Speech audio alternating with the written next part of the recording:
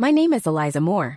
I'm 29 years old and I own a small bakery tucked away on a quiet street in a city my mother used to call too big for someone like you. She was wrong, like she was wrong about so many things about me, about what I could do, about who I could become if I just got far enough away from her voice.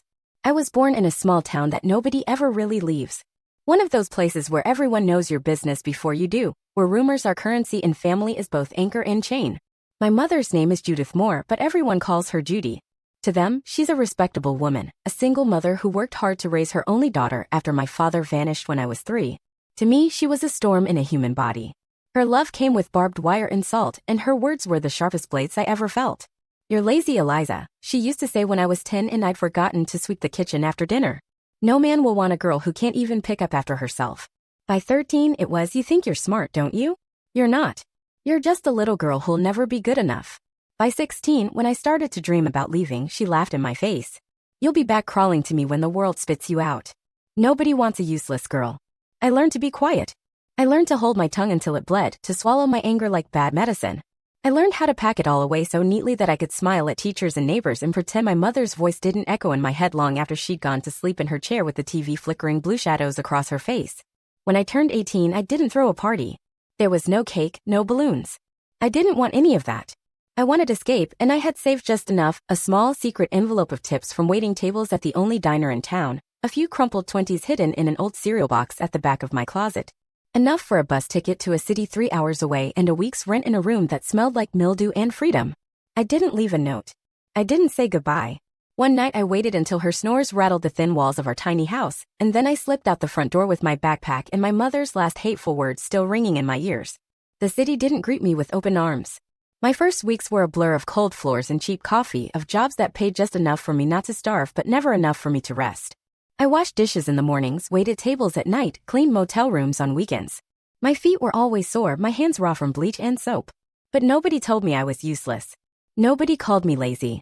Nobody knew my name at all, which was the closest thing to peace I'd ever tasted. Sometimes, when my shift ended and I found myself alone in my rented room, I would sit by the window and dream of bread. I know that sounds ridiculous, who dreams of bread? But I did. I dreamed of the warm, yeasty smell, the way dough feels under your palms when it's soft and alive, the crackle of crust fresh out of the oven. I didn't know much back then, but I knew this. I wanted to make something with my own hands. Something people would want. Something that would make them come back, not to judge or criticize, but to smile and say, "Thank you." It started with a cheap oven I bought secondhand from an old woman who was moving to Florida. I lugged it up 3 flights of stairs, nearly broke my back, and plugged it in next to the tiny sink in my room. I used my tips to buy flour, sugar, yeast. I ruined more dough than I baked at first, bread that didn't rise, loaves that turned to bricks. But every failure taught me something, every sunken batch whispered, "Try again." And I did. 2 years later, I had enough regulars who knew me from my side gig, selling fresh bread out of a stall at the Sunday market, to think bigger. I found an abandoned storefront in a quiet neighborhood. The rent was cheap because the place was falling apart. The landlord laughed when I told him I was going to turn it into a bakery. "You," he said, eyebrows raised at my battered jeans and flour-dusted shoes. "On your own." "Yeah," I said, and signed the lease that afternoon. It wasn't much at first, just me, a battered mixer, and that same stubborn little oven that should have died years ago but kept working because, like me, it didn't know how to quit. I painted the walls myself, white with pale blue trim.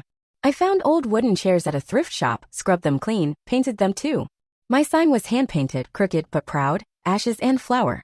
A name that made people smile, even if they didn't know it was about me rising up from what my mother burned down. On my first day open, I sold exactly 7 loaves. I went home exhausted but giddy, my pockets nearly empty but my heart too full to care. The next week it was 14. Then 20. Then more.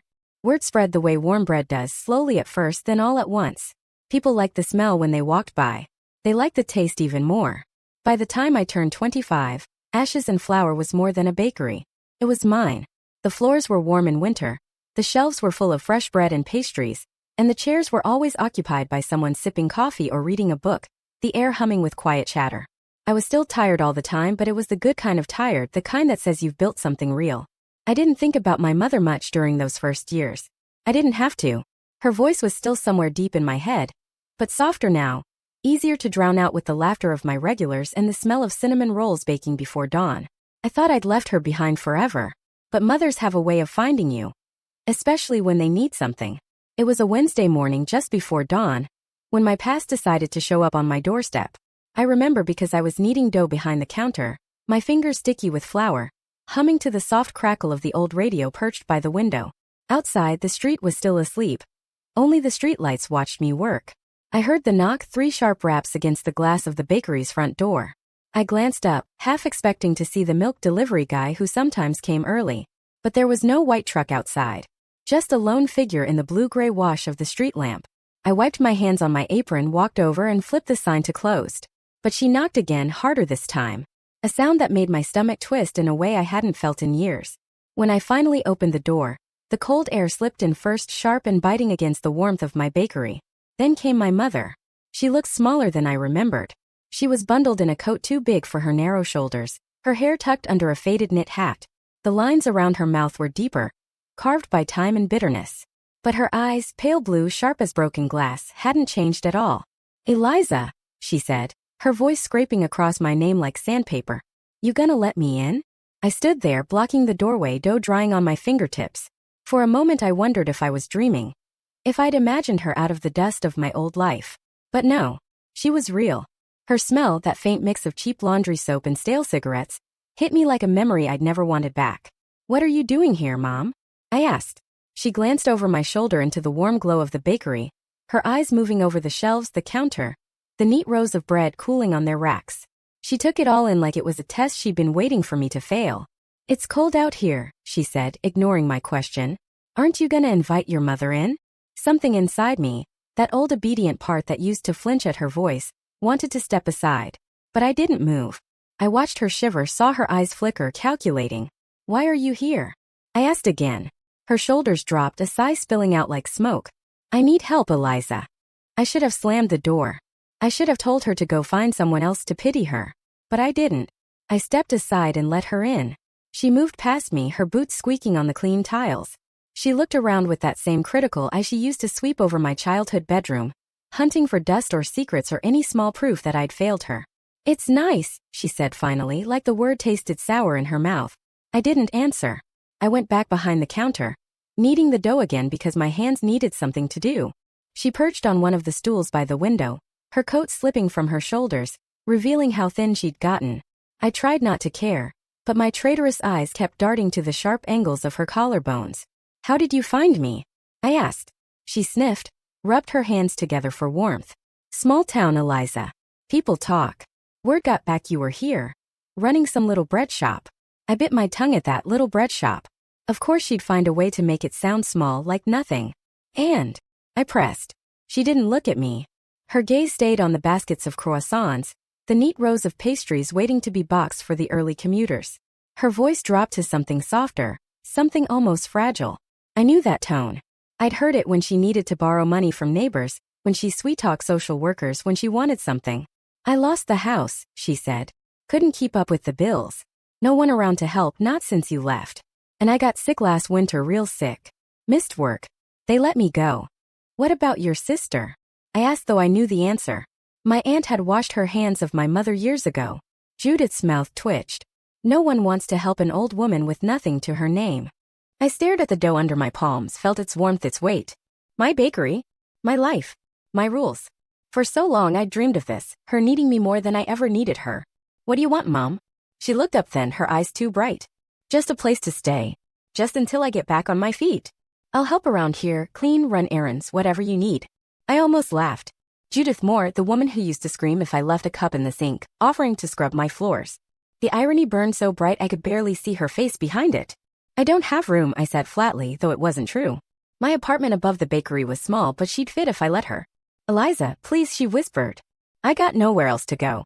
For a heartbeat, I saw her not as the monster from my childhood, but as a tired old woman with frost on her eyelashes and nowhere to sleep. And I hated that part of me that still cared, still ached to fix what she'd broken. I pressed my hands into the dough, watched it yield under my fingers. I'd built all of this, every brick, every loaf, every customer who smiled when they tasted what I'd made. None of it had come from her. None of it was hers to take. And yet, "Fine," I heard myself say. "You can stay, but you'll work. You clean the floors, wash the windows, take out the trash.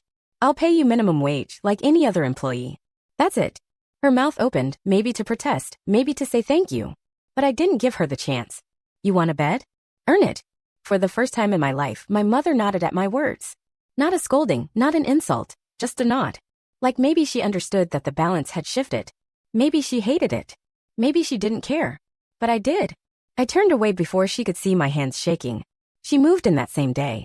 I gave her the tiny spare room behind the bakery, a space I'd used mostly for extra flour sacks and broken furniture I hadn't gotten around to throwing out. There was a cot in there, an old blanket, a thin pillow that smelled faintly of yeast and sugar. It wasn't warm. It wasn't welcoming.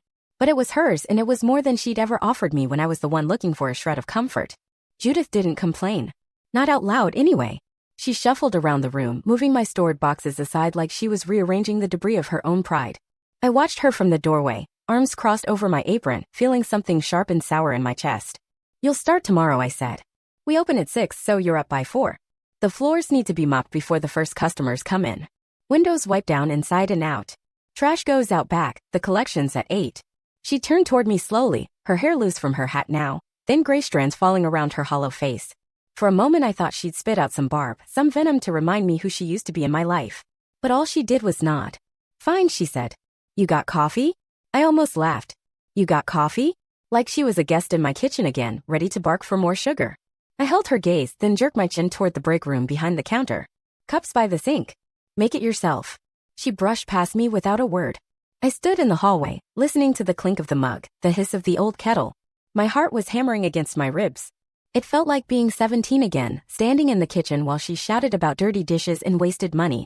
Except this time she was the one pouring stale instant coffee into a chip mug with my name painted on it. That night I barely slept. I lay in my small apartment upstairs, the old floorboards creaking with every shift of my weight. I could hear her sometimes, the cough that rattled through the vents, the low hum of her voice as she muttered to herself. Maybe she was cursing me under her breath. Maybe she was making plans. I didn't care. Or at least I told myself I didn't. When the alarm went off at 3:30, I forced myself up. My body ached. Baking is hard work, no matter how many years you've done it. Knees stiff, hands rough with old burns. But it was good work. Honest. Mine. I pulled on my apron, tied my hair back, and stepped downstairs. She was already there, hunched over a bucket of hot water, wringing out a rag. She didn't look up when I came in. Just dipped the rag again and started scrubbing at a corner of the bakery floor, her knees planted square on the tile like she was praying to some vengeful god of soap and dirt. For a moment, I just watched her. Judith Moore, once so quick to remind me how worthless I was, now on her hands and knees scrubbing at dried footprints I hadn't had time to mop up the night before. There was no power in it, no triumph, not really. Just a heavy, almost cold realization that the world had flipped and left her crawling on ground I'd built. "You missed a spot by the door," I said, voice steady neutral. She froze. I saw her shoulders stiffen, that old rage flickering in the hunch of her spine, but she didn't argue. Just dipped the rag again, shuffled over, and scrubbed harder. I busied myself with the dough, turning my back to her. My hands moved automatically. Flour, water, yeast, salt. The rhythm I'd built my freedom on. Behind me, the steady squeak of the rag, the quiet scrape of the bucket across the floor. A strange duet. By the time the first customer knocked on the glass at 5:30, Mrs. Pritchard, who always came in early for her rye loaf, the floor gleamed under the soft lights. Judith slipped behind the counter and out of sight, wiping her hands on a rag that left damp streaks on her worn-out sweater. Mrs. Pritchard peered past me, curious as ever. "Someone helping you out now, dear?" I smiled tight-lipped. "Just a cleaner. Temporary." She chuckled, eyeing the shining floor. "Looks good. Place always does, though. You got a gift, Eliza. Not just with the bread, with keeping it all nice." I thanked her, bagged up her loaf, and waved her off into the dawn. When I turned around, my mother was leaning against the counter, her eyes on me. There was something in her stare I couldn't read, not quite defeat, not quite hatred. Maybe just the hollow space where both used to live. "Where do you want the mop water?" she asked, voice hoarse. "In the back drain. Then take out the trash." She nodded. No protest, no backtalk. Just picked up the bucket, trudged toward the back door like a ghost made of sour memories and leftover rage. That first week felt like balancing a tray of glass cups on a single fingertip. Fragile, absurd, impossible. She didn't speak much. She cleaned, she coughed, she dragged her feet up the narrow stairs to her cot after closing. Sometimes I caught her staring at the shelves of bread, the neat baskets of pastries. Her eyes would narrow like she wanted to find a crack in the facade. Like she was hunting for some hidden failure to prove she'd always been right. But there was nothing for her to find.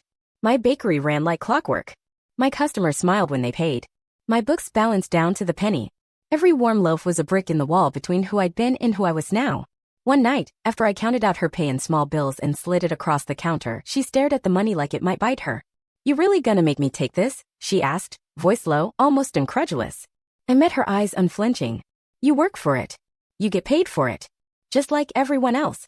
Her mouth twitched, but she didn't argue. She took the bills, folded them into her pocket, and shuffled off to her cot. No thank you. No good night. Just the soft sound of the back door clicking shut behind her. I locked up, turned off the lights, and stood alone in the dark, the smell of flour and sugar still clinging to my skin. I should have felt satisfied, justified, vindicated. But all I felt was tired. Tired and stubbornly, dangerously certain of one thing. She could scrub every inch of my floor until her knees bled. She could breathe in the warmth of my ovens, sleep under my roof, collect my money. But she would never ever take this place from me. By the second week, Judith had slipped into my bakery's routine like an old stain that wouldn't quite scrub out. She rose before the sun, shuffled her slippers across the cold floor, and set about her chores with mechanical precision. She spoke only when she had to short, clipped words that tasted like they pained her to say.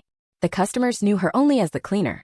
Some asked if she was my aunt or my grandmother, the resemblance too clear to miss, but I always gave the same answer: she works here. That's all. They didn't push. In this neighborhood, people respect silence as much as fresh bread. I should have been relieved that she didn't try to sink her claws back into my life. No lectures, no sharp whispers about my clothes, my hair, my unpainted nails. But the quiet was almost worse. She moved through my space like a ghost, reminding me every second that for all my escape and success, some parts of me would always be shaped by her hands. Late one night, after I locked the front door and turned the sign to closed, I found her standing by the display case. All the bread was gone, sold out, as usual, and the glass gleamed from her daily scrubbing. But she was staring into it like she expected to see something else, a reflection that didn't match what she'd become. You missed a crumb, I said, pointing to a corner of the shelf where a single flake of crust clung stubbornly to the glass. She glanced at it, then at me. For a heartbeat I thought she'd snap, that familiar flash of her eyes, the sharp inhale before the lash of her tongue. But all she did was swipe it away with the hem of her sleeve. Happy now? She asked, voice flat. I shrugged, turned to switch off the overhead lights. Do your job. That's all I ask. Behind me, I heard her breath catch. When I turned back, her eyes were wet. My mother, who once swore she'd never shed a tear for anyone unworthy, crying over a crumb in an empty display case. You think you're better than me now, she said suddenly, her voice splintering in the dark. I leaned back against the counter, arms crossed. I don't think I am. I know I am. She flinched like I'd slapped her. The old part of me, the bruised, obedient daughter, waited for the backlash, the slap of words that used to keep me up at night. But it didn't come. She just stood there, shoulders hunched, lips pressed into a thin, quivering line. Don't you dare pity me, she hissed. I don't, I said truthfully. I'm just making sure you know the rules. She laughed then, a hollow, rasping sound that rattled around the empty bakery like a ghost knocking at the walls. Rules. My daughter, playing queen of her little flower castle. I pushed off the counter, stepped closer until I could see the lines around her mouth, the red rims of her eyes. You don't get to belittle this place. Not anymore. Her laugh cut off. She looked away, wiping her face with the back of her hand. You think this makes you better? Owning some shop? Scraping dough off your fingernails every night. I leaned in, close enough that she could smell the flour and coffee clinging to my hair. It does. It makes me free. She looked at me then, really looked, and I saw it flicker across her face, a tiny, raw crack of something like fear. Or maybe envy. Maybe both. After she shuffled off to her cot, I stayed behind, turning off the last lights and staring at my reflection in the glass of the display case. There she'd been, the woman who taught me how to hide bruises under long sleeves, how to flinch before the insult landed. Now she wiped my floors for a paycheck I counted out like coins in a church basket. Was I cruel? Maybe, but I didn't care. There was no forgiveness waiting for her here, no warm embrace of a daughter desperate to fix her mother's broken edges. Just me. My flower castle. My rules. One morning a week later, I caught her sitting at one of the back tables before her shift, staring at a cracked photo frame I hadn't seen in years. My high school graduation. Me in a cheap gown, holding a blank diploma prop because I'd skipped the ceremony to work a double shift at the diner. She was in the photo too, standing beside me, hand on my shoulder like a brand. I didn't remember packing that photo. I didn't even know she'd brought it. You kept that? I asked from the doorway. She snapped the frame shut, shoved it into her bag. None of your business. It's my business if you're bringing ghosts into my bakery. She glared at me, the old fury back for a flicker. You think this place wipes out everything that came before? I stepped forward, lowering my voice until it was just for her. No, but it keeps it out. That's what matters. She looked away first. She always does now. That night I found the frame tucked under the cot in the storage room. I almost threw it out, almost shattered the glass in the trash behind the bakery. But something stopped me. Instead, I slipped it back where I found it and shut the door. She could keep her ghosts. I'd built enough walls to hold them back. By the third week, the neighborhood kids started to wave at her through the front window when they passed by after school. They didn't know who she was, just a thin old woman with a mop in her hand and tired eyes behind the glass. Sometimes she'd wave back. Sometimes she wouldn't. But every night she stayed behind the counter when I locked the door, waiting for her envelope of bills, my name scribbled on the pay stub like a signature of everything she used to tell me I'd never be. She took the money. She thanked me once. Just once. I pretended not to hear it. By the time the 4th week rolled around, Judith's presence settled into my days like a dull ache behind my ribs, familiar, irritating, impossible to ignore. She knew her place now, or so I told myself.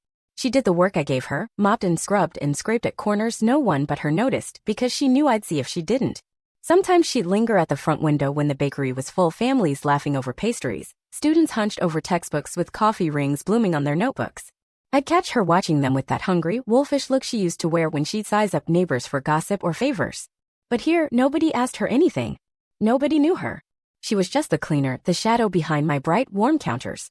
One Thursday morning, I came in before dawn and found her already awake, sitting cross-legged on the tile floor with the mop across her knees like a scepter. She didn't see me at first. She was staring at the big chalkboard where I scribbled each day's specials in my looping, uneven handwriting. Next to it, in tiny letters, was my name. Owner and baker Eliza Moore. A promise I made to myself that everyone who walked in would know exactly who was in charge. She flinched when she saw me, shoulders jerking like she'd been caught with her hand in the till. You sleep down here now? I asked, half joking. She pushed herself up slowly, her knees cracked, old bones complaining. Didn't see the point going back to that cot. Floor's neat doing. I stepped behind the counter, flipped on the overheads one by one. The bakery woke up around us. The hum of the fridge, the low click of the ovens heating, the gentle bloom of warm air rising into the dawn. You could rest once in a while, I said, more out of habit than concern. She gave me a look that said, don't pretend you care, and shuffled to the back for the cleaning supplies. Fine by me. That day was busier than usual. A local blogger had posted about my sourdough loaves. A bright photo of one split open, steam rising like a promise of warmth in cold hands. By noon the line snaked out the door. A chorus of small talk and clinking coins. I stayed behind the counter, hands flying. Slicing bread, pouring coffee, smiling, nodding, pretending not to notice how her eyes followed every dollar that passed from a palm to my till. When the rush finally thinned, Judith was wiping down the tables near the window. I watched her reflection in the glass, thin, bent, shoulders caved in like she was trying to fold herself out of existence. You miss crumbs under table 5, I called. She froze, rag clutched in her hand, the same old stiffening of her spine. But she didn't argue. She dropped to her knees and swept the rag beneath the legs of the table while a pair of college kids pretended not to stare. I caught one of them whispering to his friend, "Is that her mom or something?" And I wanted to bark, "Mind your business," but I didn't. Let them wonder. Let them guess. This was my kingdom now, and if they saw my mother on her knees with a rag, all the better. Later that evening, after the last customer left, I sat on my favorite stool behind the counter to count the register. The numbers were good, better than good. More than I ever dreamed when I first painted that crooked ashes and flower sign by hand. Judith hovered by the doorway to the back room, her arms crossed tight like she was hugging herself. "You should do something with that money," she said suddenly. I didn't look up from my ledger. "I do something with it every day. I keep this place running." She sniffed, an ugly little sound of disapproval. "Could expand. Bigger place, more tables. Maybe a second location." I closed the book. "And who would run it, Mom?" "You." She bristled at the word Mom like it stung. "I know how to handle people, Eliza." I laughed. I couldn't help it. The sound burst out sharp and bright in the empty shop. "You couldn't handle me, remember?" Her eyes narrowed, the old fire flickering in the hollows of her sockets. "You think you're so smart because you have a cash box and some bread ovens. You don't know anything about real business. You're just a lazy girl who'd never amount to anything." I cut in, voice calm as a knife edge. The words slapped her quiet. She glanced away, lips pressed tight, jaw twitching. For a moment, I almost saw her say, "I'm sorry." But Judith Moore had never been sorry for anything in her life. Instead, she said, "You shouldn't waste it, that's all." I stood up, slipped the ledger back onto its shelf. "Don't worry. I won't." I pulled the small envelope from the cash box. Her wages, counted out to the penny. I pressed it into her palm, felt her fingers twitch around the crinkling paper. "Your shift's over," I said. "Good night." She opened her mouth. Maybe to ask for more. Maybe to say thank you again like that one time she'd slipped and forgotten herself. But the words stayed stuck in her throat. She turned away instead, shuffling down the hallway to her cot in the storage room. After she was gone, I poured myself a mug of stale coffee and sat by the window, watching the streetlights blink on outside. My bakery smelled like fresh bread and lemon soap and faint, lingering ghosts. I could almost see her younger self there. The woman who once told me I'd never have anything to my name but a mouth too big for my own good. She was wrong. She'd been wrong every single day since I'd left. But she was here now, leaving breadcrumbs of old power in her wake. Testing, probing, pushing. Like she thought she might still find a way to pry open what I'd built and remind me that the foundation was made of her words. I sipped my coffee, bitter on my tongue, and made a promise to myself. If she wanted a crown, she'd mop these floors in it. By the 5th week, Judith's presence felt like an itch I couldn't scratch. Not loud enough to confront, not quiet enough to ignore. She did her work. She kept her head down most days. But sometimes I catch her standing too still behind the counter after closing, staring at the register like she was remembering a life where she called the shots, where her word could knock me off my feet with nothing more than a flick of her tongue. The customers still didn't know who she really was. Some of the regulars, the old ladies who liked to gossip over cinnamon rolls, started calling her Miss Judy in that polite, pitying tone people use for the old and the lost. They asked her about her granddaughter's bakery, how proud she must be. Judith would nod, smile tight, and scrub a table so hard the wood squeaked. She never corrected them. Neither did I. One morning, the sun barely up, I heard her voice drifting from the back room. I was by the ovens, coaxing the first batch of sourdough awake, when I caught the muffled sound, harsh, half-whispered, a litany of something that didn't belong in my clean, warm walls. I crept closer, careful not to let the old floorboard squeak. The door to the storage room was cracked open just enough for me to see her, perched on the edge of the cot, elbows on her knees, phone clutched so tight I thought she'd crush it. I told you it's just a matter of time, she was saying, voice like grit under my fingernails. She thinks she's so high and mighty now, but it's just bread, Alan. Bread and coffee. Anyone can do that. Anyone. Silence. The answering voice was too faint to catch, but her reply was sharp enough to gut the warm air around me. She'll slip up. She always does. I stepped back before she saw me. My hands itched for the rolling pin, for something to do, something solid. I went back to my dough, pressing it down hard, punching out the air like I was trying to knock the old ghost out of my walls. Alan. I hadn't heard that name in over a decade. My mother's favorite drinking buddy. Once upon a time, she'd sworn he'd be my new dad, until he emptied her fridge and left with her last good set of kitchen knives. So he was back in her ear now, a distant echo of the poison I'd thought I'd left behind. That night, I waited until she finished scrubbing the front windows and handed her the broom. She looked at me, brows drawn tight like she knew I'd heard something. You still talking to Alan? I asked, casual as cold steel. Her eyes flickered. None of your business. I stepped closer, so close she could smell the flour on my shirt, the faint trace of yeast that clung to my skin like a second heartbeat. It is my business if you're making plans that touch my bakery. She held my stare for a moment, that same battle of wills we played 1,000 times when I was a girl trying not to cry over broken toys or slam doors. But there was no thunder in her eyes now. Just the dull, greedy flicker of someone cornered but not yet caught. You think you own me? She spat. Because I scrub your floors? I tilted my head, smiled thin. No. I don't own you. I pay you. Big difference. Her mouth twisted, but she said nothing. She turned, broom bristling against the clean tile, her shoulders hunched like a beaten dog's. After she'd shut herself away in the storage room, I stayed up late, counting the register twice. I checked the locks on the doors, the tiny safe under the counter where I kept the day's cash before my morning bank run. I knew Judith wouldn't dare steal, not yet, but the idea of her scheming behind my back stirred up old instincts I thought I'd outgrown. I remembered being 12 years old, finding my birthday money missing from the tin I'd hidden under my bed. She'd sworn up and down she'd never touched it, blamed a neighbor boy who'd never even set foot in our house. Later I'd seen her slip the cash into her purse at the corner store, buying cigarettes while she told the clerk, my daughter's so ungrateful. She never helps me out. I pressed my palm against the countertop now, feeling the solid wood under my skin. This place is mine, I reminded myself. There's nothing she can take that I can't rebuild. A week later, the cracks widened. I found her lingering by the front register when she thought I was in the back storeroom, counting the day's tips like she was rehearsing what it would feel like to hold that money in her pocket again. I cleared my throat. She flinched, backed away, muttered something about dusting the counter. Then came the accidents. A missing bag of flour that turned up days later, half empty and hidden under her cot. A broken mug, the one with my name on it, the same chipped old thing I'd bought the week I opened Ashes and Flour. She said she dropped it by mistake. I swept up the pieces while she stood in the doorway, watching me like a child daring the teacher to scold her. You're slipping, I told her one night after closing, the shards of my mug rattling in the trash bin. She folded her arms, chin up, voice like vinegar. You think you're so smart. You don't know how the world works. I leaned in, close enough to see every crack in her mask. You taught me exactly how it works, Judith. That's why you're cleaning my floors instead of the other way around. Something flickered then, old rage, old shame, maybe both. But she didn't argue. She just turned her back, footsteps soft as dust on my tile. When she was gone, I stood alone behind my counter, staring at the fresh empty space where my mug used to sit. Maybe she thought she could chip away at my foundation, one tiny sabotage at a time. Maybe she thought I'd crumble like I used to, small and scared and too eager to believe her lies. I locked up for the night, flipped the sign to closed, and whispered to the ghost of the girl I used to be. Let her try. By the 6th week, the air in my little bakery felt thick with ghosts. Judith's presence seeped into the corners like smoke. Not enough to choke me, but enough to remind me it was there every time I opened a cupboard or stepped behind the register. She still did her chores, and she did them well, maybe too well. She scrubbed the floors until the scent of bleach clung to the bread racks.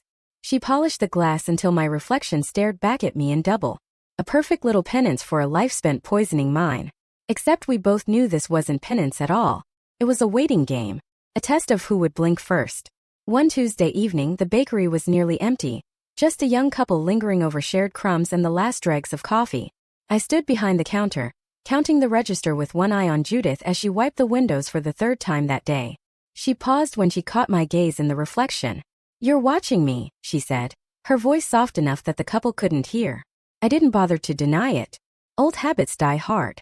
She turned, rag dangling from her wrist like a limp flag of surrender. But there was nothing surrendered about her eyes. You think you're safe because you have locks on your doors and flour on your hands, she said. But you're not. You think you built this from nothing, but you didn't. You built it from me. I set the cash drawer down, careful, slow. I built this from everything you said I'd never be. She laughed. A low, brittle sound that scratched at my teeth like sandpaper. And you think that makes you free? I know it does. She shook her head, eyes narrowing as if she were reading secrets in the sugar dust on my apron. You're still that scared little girl hiding cash in cereal boxes, she said. You think these walls keep you safe from me? From what you are. She stepped closer. I didn't flinch, though I wanted to. The couple near the window giggled over their phones, oblivious to the ghost standing in front of me.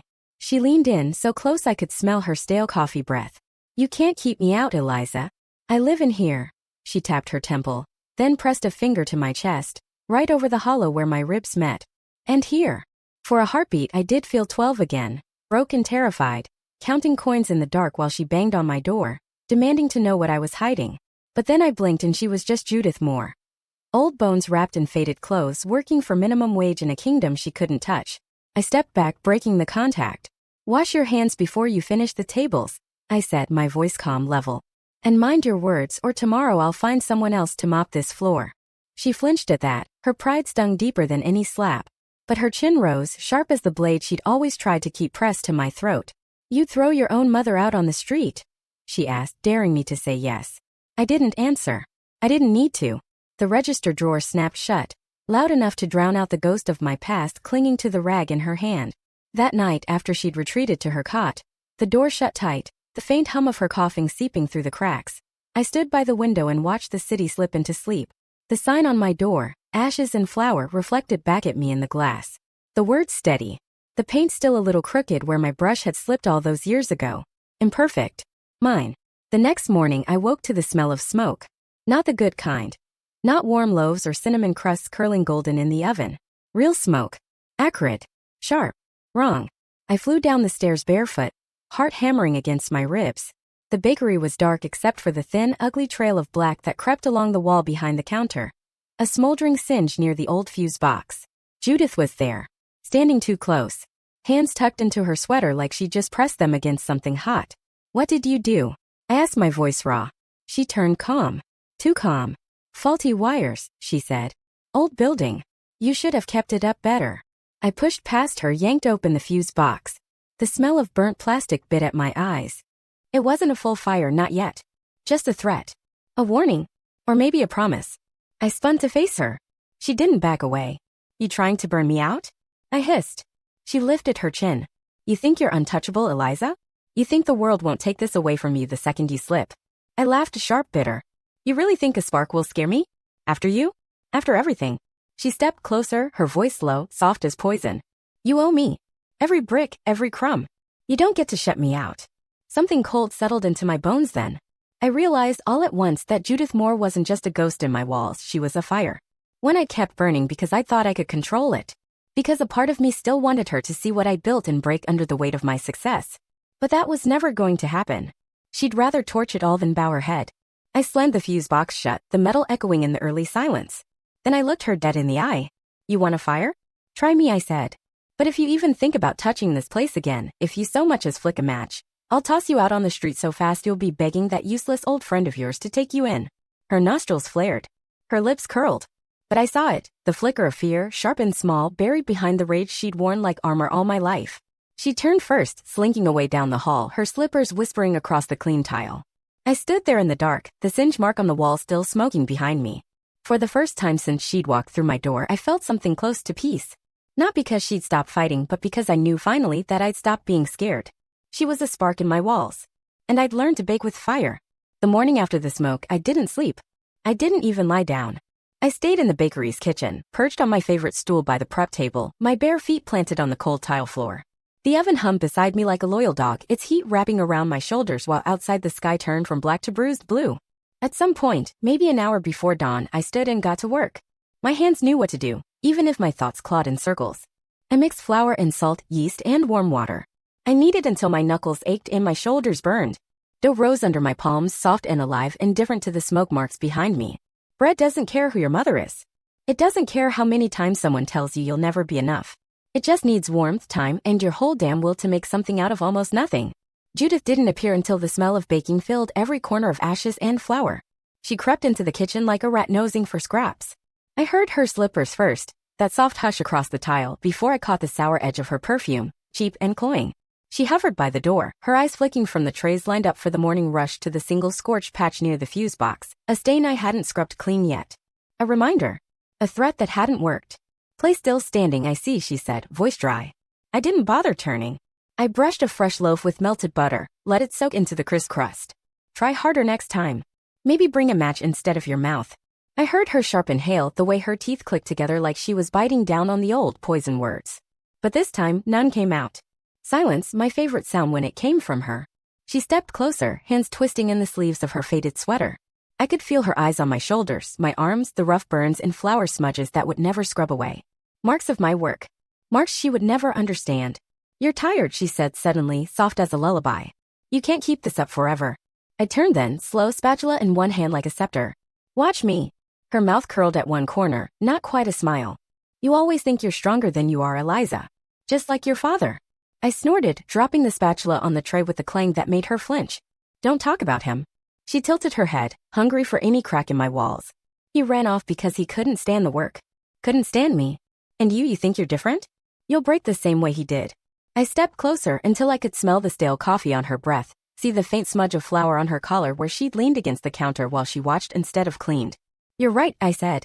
Her eyes lit up, bright greedy, but I didn't let her hold it. "I am different. Because when I get tired, I rest. And when I fall, I get back up. And you." I glanced at the mop bucket she hadn't touched since dawn. "You'll still be here, scrubbing my floors when I do." Something twisted behind her eyes then, fear or fury or some festering blend of both. But she didn't move. She didn't lunge for me or the fuse box or the stack of bills in my apron pocket. She just stood there, a small, brittle queen in her rotting throne room. She hated me for it, for needing me more than I ever needed her. For knowing that no matter how deep her claw sank, I'd never crawl back under her thumb. The doorbell chimed. My first customer of the day, old Mr. Hawthorne, who'd been coming every Tuesday for 6 years, always for the same crusty sourdough loaf, always with exact change in a battered leather wallet. He stepped inside, blinking at the two of us standing in the middle of my flour kingdom, me with butter on my fingers, Judith with her hands still empty. "Morning, Miss Moore," he said, all warmth and routine. "Morning, Mr. Hawthorne." "Fresh batch, still warm," I said, sliding past her to the counter. I wrapped his bread, tucked the receipt in the bag. Behind me, Judith hovered like a stain on clean tile, invisible to him the way ghosts always are. When he left, bread swinging from his hand, a small grin tucked under his scarf, I turned to her, wiping my palms on my apron. "Clean the floor. Wipe the tables. Sweep the stoop before the lunch rush." For a heartbeat I thought she might refuse, that she'd bare her teeth like the old days, spit poison I'd have to scrape off the walls with the burned bits of my trust. But she didn't. She dipped her chin once, small and stiff, then shuffled toward the mop bucket like a prisoner headed for the yard. By noon, the bakery buzzed with laughter and the soft rattle of teacups. Students tapping at laptops, a mother with a baby asleep in a stroller, old ladies gossiping at the corner table about people they'd long outlived. Judith swept crumbs into her dustpan, wiped windows that didn't need wiping, flinched when the door chimed and another smiling face walked past her to me. After closing, I sat on my stool again, ledger open, pen tapping on the margin. Judith hovered at the door to the back, her pay envelope already clutched in her hand. She didn't say goodnight. She didn't say thank you. But she paused just for a breath, her eyes skimming the stacks of receipts, the bags of flour, the fresh loaves lined up for tomorrow. You know it'll all crumble one day, she said, voice rough. I didn't even look up. Maybe, but I'll build it again. Without you. She didn't slam the door. She just drifted through it like smoke that knew it was losing its last place to cling. I stayed there long after she'd gone, pen pressed to paper, the smell of warm bread clinging to my hair. Bread always rises even when everything else burns. By the 7th week, the neighborhood had started to notice the strange gravity between Judith and me, though they didn't have the words for it. Regulars sensed it in the hush that fell when she shuffled past, mop in hand, eyes darting anywhere but mine. Newcomers caught the tension in how I didn't flinch when she slammed a broom against the counter by mistake, or when she lingered too long by the register counting other people's change with her hungry eyes. But gossip is a softer ghost than my mother ever was. Nobody asked. Nobody wanted to tug that thread in their warm little corner bakery. They liked me cheerful, sleeves dusted with flour, sleeves rolled up past my old burns and new calluses. They liked her invisible, a drab shadow behind the polished glass. I gave them what they wanted. But behind the counter, the air cracked with every breath we shared. One Wednesday afternoon, a drizzle tapped soft fingers on the bakery windows. The lunch rush had just cleared out, leaving only the slow drip of rain and the sweet drift of cooling pastries. I was in the back storeroom, restocking flour from fresh deliveries. The sacks were heavy, but they felt good on my shoulders, a weight I chose, not one forced on me. When I came out, Judith was at the register again. Not cleaning, not dusting, just standing there, staring at the drawer half open while she ran one finger along the edge of the cash tray. Lose something? I asked, my voice so casual it made her jump. She dropped her hand fast, turned like a dog caught nose deep in the trash. But she wasn't quick enough to hide the flicker behind her eyes, that old defiance, sharpened now by desperation. Just tidying up, she said. I wiped my palms on my apron, stepped past her, and shut the register with a quiet click. I didn't shout. I didn't accuse her outright. I'd learned long ago that Judith Moore's favorite battle was the loud one, the one where she could twist my words until they bruised me instead. So I smiled instead, that calm, cold smile she taught me by accident every time she told me I'd never learn to stand my ground. Clean the pantry shelves if you're so tidy, I said. And when you're done, mop under the ovens. She opened her mouth. Shut it. Her fingers twitched like she wanted to slap me with words the way she used to. But she didn't. Instead, she turned, her shoulders stiff, her slippers whispering secrets to the flour-dusted tile. That night, I found a piece of stale baguette wedged into the gears under the bread slicer, a tiny sabotage. Small enough not to ruin anything important, but clear enough to say, I can still reach you. I plucked it out, held it in my palm for a long moment. The crust crumbled under my thumb, dry, flavorless, harmless. Like her threats. I swept the crumbs into the trash, locked the register, double-checked the fuse box, my new ritual. Then I flipped the sign to closed and stood for a while with my forehead pressed to the cold glass. She waited for her envelope by the door, eyes bright under the humming light. I handed it to her, same pay, same hours, same unspoken rules. She didn't thank me. She didn't have to. We both knew gratitude was just another word for dead in her mouth. You think you've won, standing there with your paper crown, she muttered when I turned away. I didn't look back. If this is a crown, you handed me the throne, Judith. She made a sound in her throat, half laugh, half choke, and shuffled off to her cot like a queen exiled to her broom closet. The next morning I called in an old favor. Mrs. Devlin from the antique shop down the block came in for her usual morning scone. I handed her a fresh one on the house and leaned over the counter. Still got your cousin doing carpentry? I asked, voice low enough that Judith couldn't hear from where she was scrubbing the entryway. Mrs. Devlin's eyebrows jumped. Of course. You got something that needs fixing, Eliza. I nodded. A door. Maybe a lock or two. Back room. Fuse box cover too. She winked, all conspiratorial warmth. About time you put your foot down. When the carpenter showed up that evening, Judith stood in the hallway like a statue carved from spite. She watched him measure the storeroom door, watched him mark the hinges for a new deadbolt. When she caught me watching her, she spat the words out under her breath like poison. You think a lock will keep me out? I leaned in, my voice soft enough that only she could hear it above the carpenter's drill whining into wood. No, but it'll keep you in your place. She didn't answer. She didn't have to. The next morning, she was on her knees at dawn, scrubbing the baseboards until her knuckles turned pink and raw. Like maybe if she cleaned hard enough, she could erase the locks, the ledger, the fresh loaves lined up behind my counter. But she couldn't. And when the lunch crowd drifted in with their damp umbrellas and bright chatter, no one saw her at all. Just me. Just ashes and flour, warm bread, safe walls, and a ghost with a mop. That night, when I locked up the register, I didn't even flinch when the wind rattled the windows. Let her rattle. Let her mutter. Let her choke on every crumb she tried to wedge into my gears. Some splinters stay under your skin forever. But this place was mine. And I'd pick them out, one by one, even if it took my whole life. By the 8th week, Judith's rebellion shrank into petty shadows. She still tried a rag left soaking on the floor to warp the wood near the front door, a bag of sugar, accidentally, slashed open so it spilled like salt across the back hallway. Nothing big enough to burn the place down, just enough to say I'm still here. I'm still your mother, whether you like it or not. But every day the bread still rose. The customers still came. The till still closed full and heavy each night. And Judith? She was just another line on my ledger now, wages paid, hours logged, work inspected like any other hireling who mopped my floors. One Friday morning, the sky outside was all bruised clouds and half-hearted drizzle. Perfect baking weather. I was pulling a tray of cardamom rolls from the oven when I heard Judith behind me, breathing harder than usual, like the steam off the bread was choking her. Something wrong with your rag? I asked without turning. I heard her fingernails tap the counter, click, click, click, the way they used to when she'd wait for me to come home late as a teenager, ready to bite my head off for staying out past her invisible curfew. I talked to Alan again, she said finally, her voice too calm. I set the tray down. The sugar glaze shivered under the oven's warmth. That's so. Her nails drummed faster. He says he knows a man who wants to invest in something small. Something cozy. Coffee. Bread. You could expand. I turned, leaned my hip against the counter, crossed my arms. She hated when I did that, when I stood easy and unbothered. It reminded her too much of herself, I think, but without the bitterness. And where would I put this second bakery? I asked. And your name? Her lips curled, a tired, brittle mimicry of her old smirk. You think you're clever, don't you? You think I can't help you? I laughed, short and sharp. You? Help me? You can't even keep your mop clean. The way her mouth snapped shut would have terrified me once. It didn't now. Now it was just another ghost rattling its chains in my warm kitchen. She didn't back down, though. Judith Moore was poison, but poison doesn't rot quietly. She leaned closer, her voice dropping to that snake-soft whisper that used to wrap around my throat when I was small enough to think I deserved it. You think this place makes you safe? You think your little tables and your pretty windows mean you're better than me? You're still nothing, Eliza. A girl needing dough because she can't need people. I didn't flinch. I just reached behind me, broke a roll in half, and let the steam puff between us like a wall. You want a piece?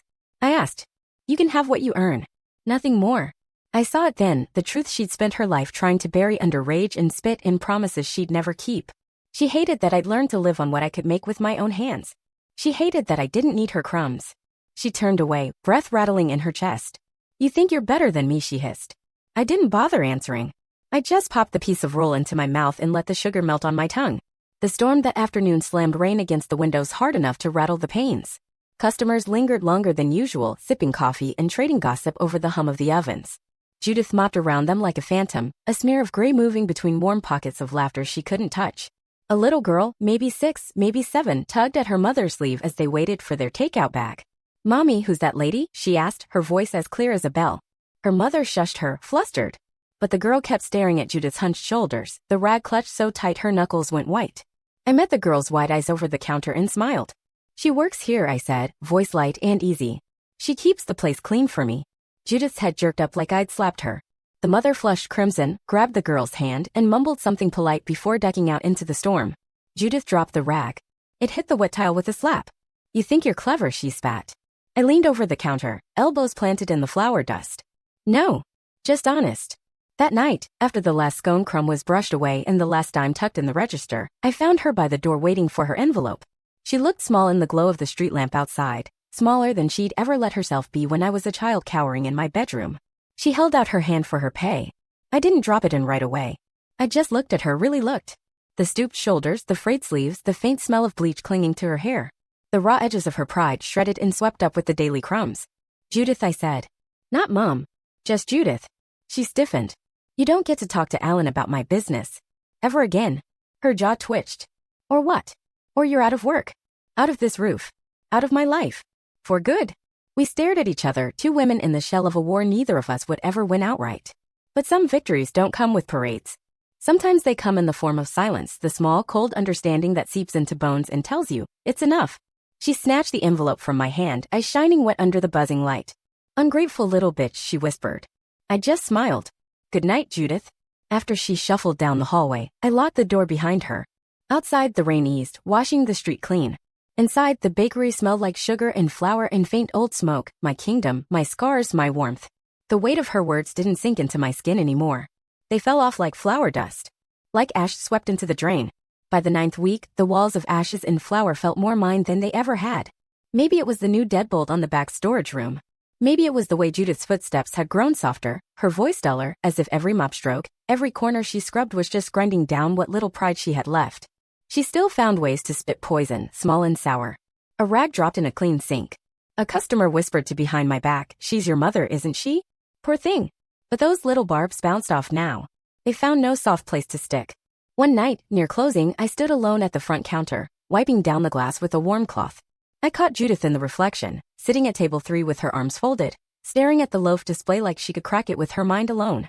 She hadn't even tried to pretend to clean that day. She'd wandered from room to room like a ghost, fingers trailing the shelves, eyes always drifting back to the register. And I let her haunt the walls she'd never own. When I finished wiping, I turned and leaned against the counter. "You done for the night?" She flinched like I'd startled her awake. Her eyes flicked from the loaves to me, sharp but tired. "I'm not hungry," she muttered. "Didn't ask if you were." I nodded at the bucket near the door. Floor still need mopping. Her jaw clenched. For a moment I thought she'd spit one of her old curses, ungrateful brat, lazy whore, selfish girl. But she didn't. She just stared at me, eyes red-rimmed, lips trembling like she was tasting every old insult and finding it stale on her tongue. When she finally stood, she grabbed the mop with a hiss of old bones and dipped it in the bucket. I watched her swipe it across the floor, half-hearted strokes, water slopping over the edges. Once she would have berated me for missing a corner under the fridge. Now she pretended not to see the streaks she left behind. "You ever think," she rasped, not looking at me, "about what people say? About what they really think when they see me here? Your mother, mopping your floors. What kind of daughter does that?" I tilted my head, folding my arms. The kind who didn't have one. She froze, shoulders hunched, mop dripping onto her slipper. She turned, mouth open, but nothing came out. For the first time, she looked older than I remembered. Smaller than any monster I'd pictured under my childhood bed. I walked over, plucked the mop from her hand, and propped it against the wall. "Go on," I said, soft but solid. "Back to your room." She didn't move. Her eyes darted from the mop to the door to the safe behind the counter to me. I could see it in her face, the math she'd done all her life. What could be taken, what could be used, what could be broken to keep her from drowning. But there was nothing left to break. Not here. "Judith," I said, her name, not her title. "If you want to stay under my roof, you work. If you don't, you go. No more maybe this or Alan that. No more pretending. You want to burn my walls down? Try." She blinked. Once. Twice. The words fizzled behind her eyes like sparks that never caught flame. "You think this makes you strong," she said finally, her voice cracking like an old beam under weight. "But you're just like me. Stubborn. Mean." I smiled. "No, Judith. I'm nothing like you. That's the point."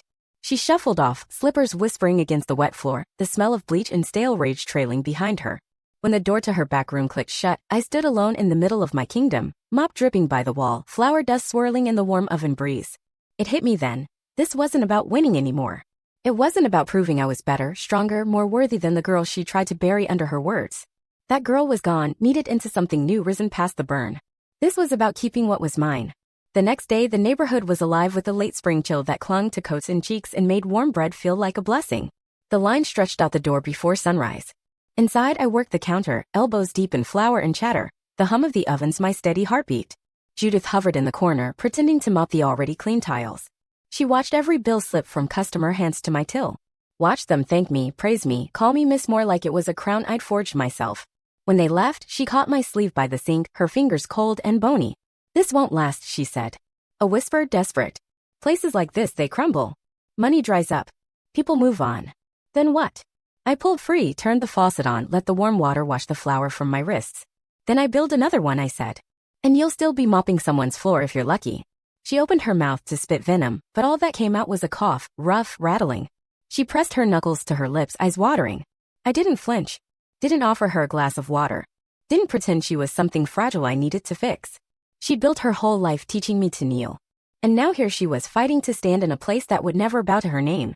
That night, when I paid her, same envelope, same small wage, she didn't take it right away. She stared at it, then at me. "You think you're so kind, don't you?" she rasped. "Letting me stay." I didn't answer. Just held out the envelope until she snatched it like a starving dog. As she shuffled to her cot, I whispered, soft enough that only the ovens and ghosts could hear. "This isn't kindness.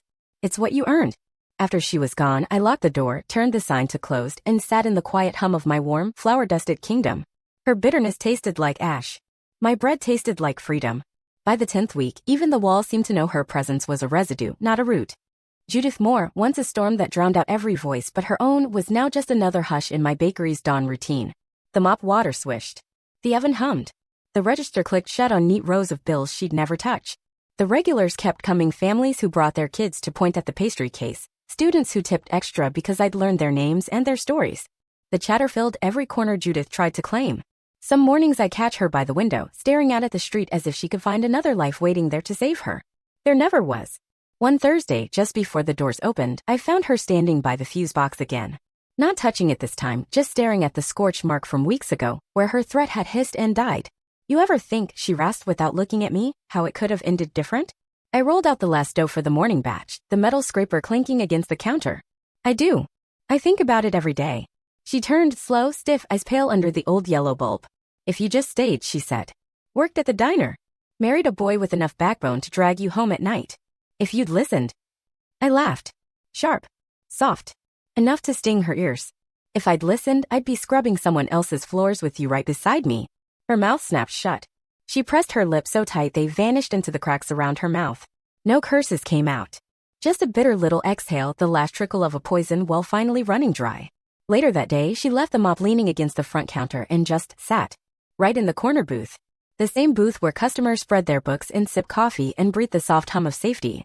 I watched her through the glass of the display case, her shoulders folded in on themselves, her hands twitching at invisible ghosts on the table. A kid asked, "Is that your grandma?"